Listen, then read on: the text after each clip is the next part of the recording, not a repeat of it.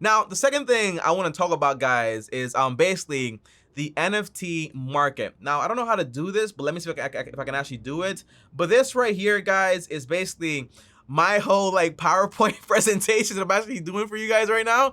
But look at this, guys, okay? This right here is basically like the NFT market. And right now, literally, okay, you guys know FaZe Bank, like the YouTuber, he does all that stuff. Well, in reality, he bought this NFT right here, because I know you guys are curious, like it's called like a crypto punk or whatever. He bought it for around $136,000, I think, and then he sold it 48 hours later for around a 250K profit. And then you also had, for example, the artist, Tory Lanez, that actually dropped an album, and he sold like around 1 million copies, and it was the first NFT album that was ever streamed, blah, blah, blah, blah, blah. However, though, I do want to break down this space when it comes to the NFT market. Tell me, are you interested in this? Does this make sense? And by the way, guys, try not to use a bias, you know, when you see somebody making a lot of money from something and then assume, hey, if they did it, if they're doing it, it must be a good investment because basically they're famous. Remember, a lot of the times you have famous people and they make money and they advertise things, but a lot of times they're getting paid under the table sometimes to just go ahead and promote something, and they always secure their bag and their money. So don't just use the bias of, hey, they're famous, so it must be legit. No, be an investor, be a scientist, always. Meaning, hey, I'm going to go ahead and analyze the heck out of this entire industry to find out what is actually going on.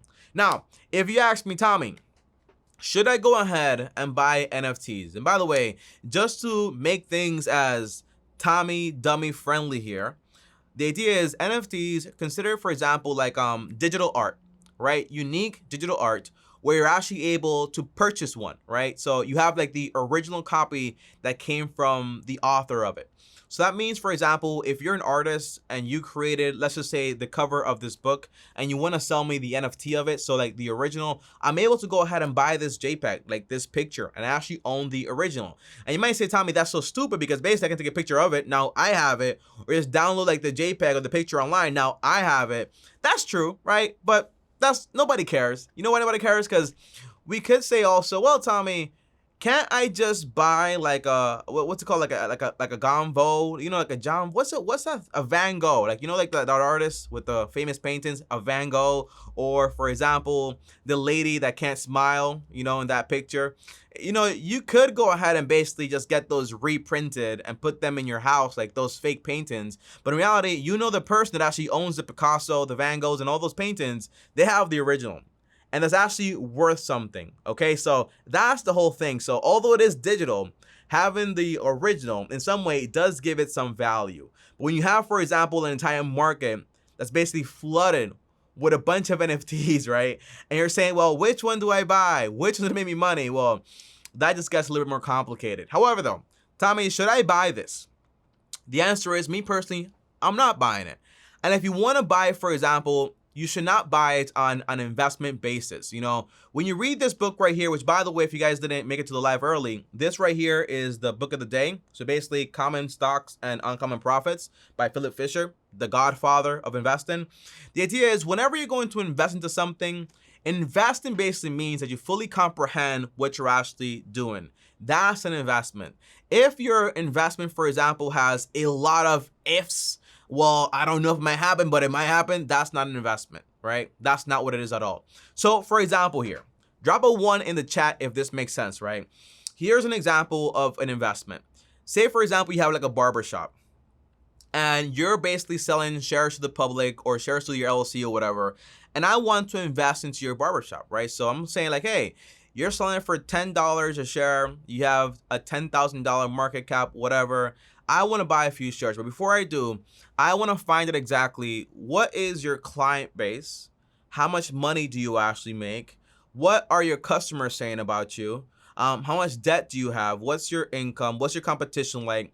That's investing on an investment basis, where you analyze the full company as a whole, and then all of them might say, hey, I want $10 per share. You say, hey, well, I actually found out that in reality, my target price is more like around $8 per share, or it might be, for example, 15 bucks per share.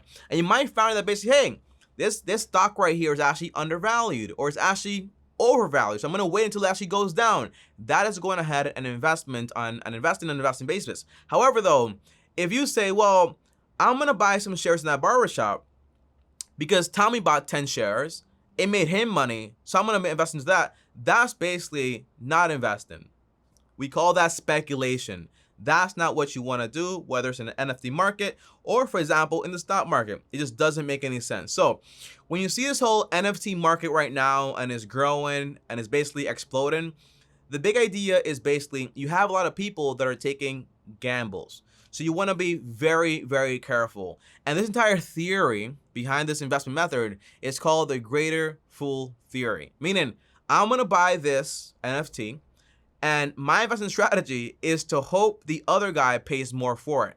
Meaning, I hope the other fool pays more for this investment in a sense. That's not how you want to invest. Because basically, if things just lose interest, lose all value in reality, depending on the era you're actually on, you might just lose everything. But if you have, for example, a real investment based on facts, the likelihood is actually very, very low. Now, on top of that, do I agree with NFTs, right? The answer is, yeah, I actually like it. I'm actually a big fan of NFTs, not for us, the investors, but more for the artists and the resellers that actually want to get into it.